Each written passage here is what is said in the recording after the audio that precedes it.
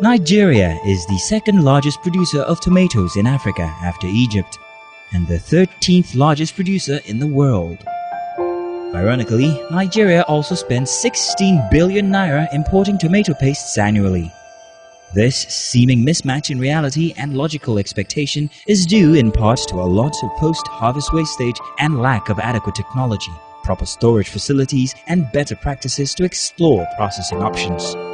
Of the 1.2 million tons of tomato produced annually in Nigeria, about 750,000 goes to waste due to poor distribution chains and channels, as well as lack of cold room storage, especially as tomatoes are prone to spoilage due to their high moisture content. Most of the tomatoes produced in Nigeria are usually only market-bound and end up unsold, spoiled, or thrown away. Those that have reached the full stage of ripeness are sometimes not transported to the market at all, so as to avoid incurring transportation costs for what will most likely rot in the time it takes to transport them and will end up being thrown away. In the tomato-producing state of Kano, Kaduna, and Katsina, local farmers have devised a way to mitigate losses from waste. A common practice is to spread the tomatoes out in the open under the sun, where they are dehydrated under the blistering heat and preserved.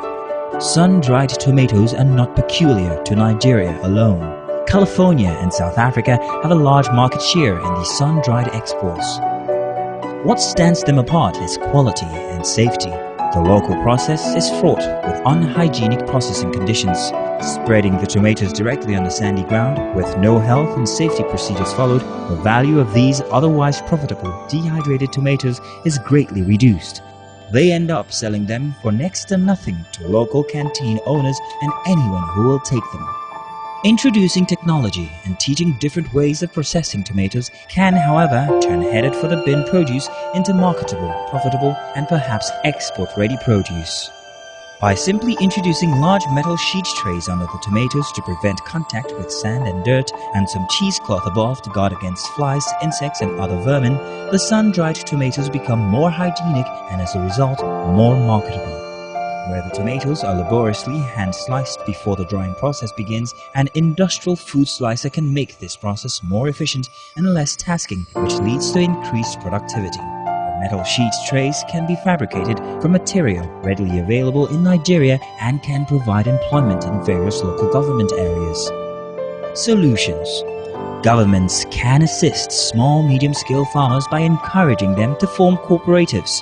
They can grant them single-digit interest loans to purchase tomato processing plants and machines so that all tomatoes not sold are accounted for and processed for profit.